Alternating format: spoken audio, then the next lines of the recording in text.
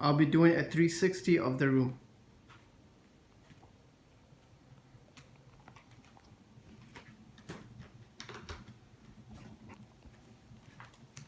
Hi, so for today's assignment, I'll be doing a head and eye assessment. Before I enter the room, I sanitize my hand. I'm a stethoscope. Hello ma'am, how are you doing today? I'm a student nurse. I'll be doing a head and eye assessment. Do I have your consent? Yes. That's good. Before I get started, do you mind telling me your name? I'll be checking your bracelet.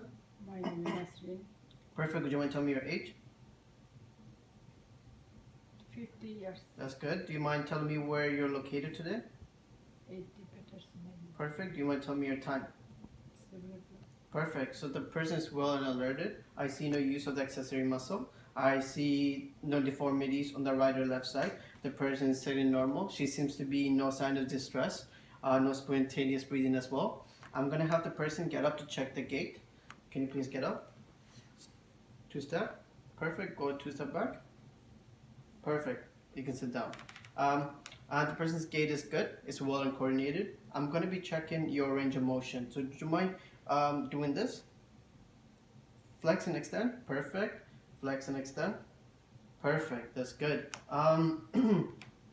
So this seems to be everything is good. This the person's range of motion is good as well. Before we get started with the head and eye assessment, do you need to go to washroom?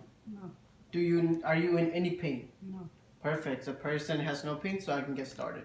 And I'm also going to be looking at the symmetry of the head. The head is normal on right and left. There seems to be no deformities. It's normal cephalic. And I'm going to be palpating the head. I'm going to be palpating the head for any lumps, bumps, or bruises, any lesions too. Nothing's there. No infestation. No alopecia. No scalp acne. That's a good sign. It's well and healthy. The person's skin is good as well. It seems like her skin is nice and pale as she's hydrated. What's it called? It's not pale. That's what I meant to say. And also gonna be right now palpitating down to the temporal mandibular joint over here. And also I'm going to be taking the texture of the hair. Texture of the hair matches the person, and also the person's. Also, I forgot to say the person's speech is good too. So that's another thing. The person is well alerted for that too. And I'm going to be palpitating down to, and texture of the hair is good as well. I'm going to be palpitating down to the temporal mandibular joint over here. Would you want to open your jaw? Would you want closing your jaw?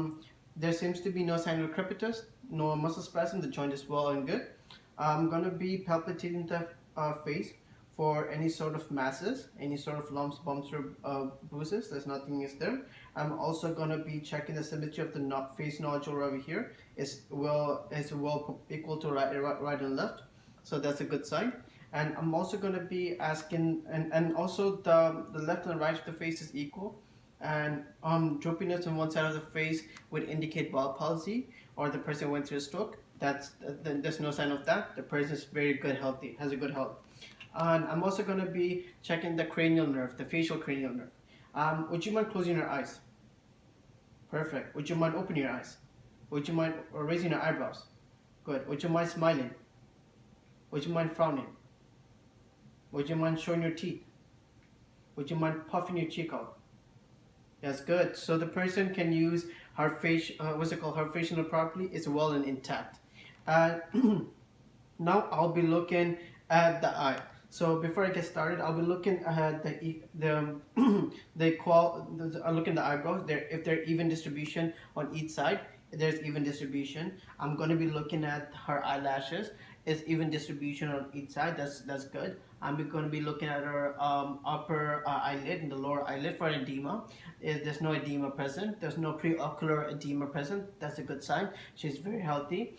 And I'm going to be looking at her sclera for any sort of drainage. Nothing is there. Any sort of crust, nothing is there. Her sclera looks white and moist. So that's a good sign. No sign of jaundice or arrhythmia. That's a good, what's it called? No redness of the eye. That's what I meant to say.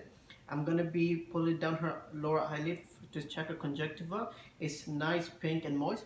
That's a good sign.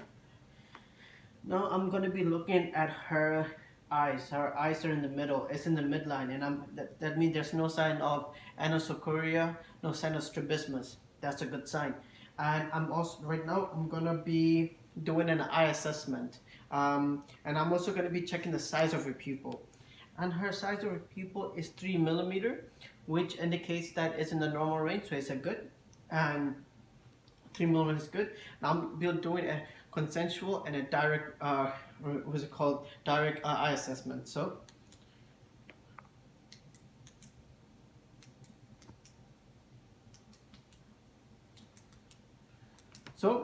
as soon as every time I do that, there seems to be like when I shine my light, her eyes constrict, and so does her other eyes too. That's consensual. And I want to direct my my light on her eye. That her pupil constrict too. That's a good sign. Now I'm gonna be doing an accommodation check. Would you mind follow the tip of the pen?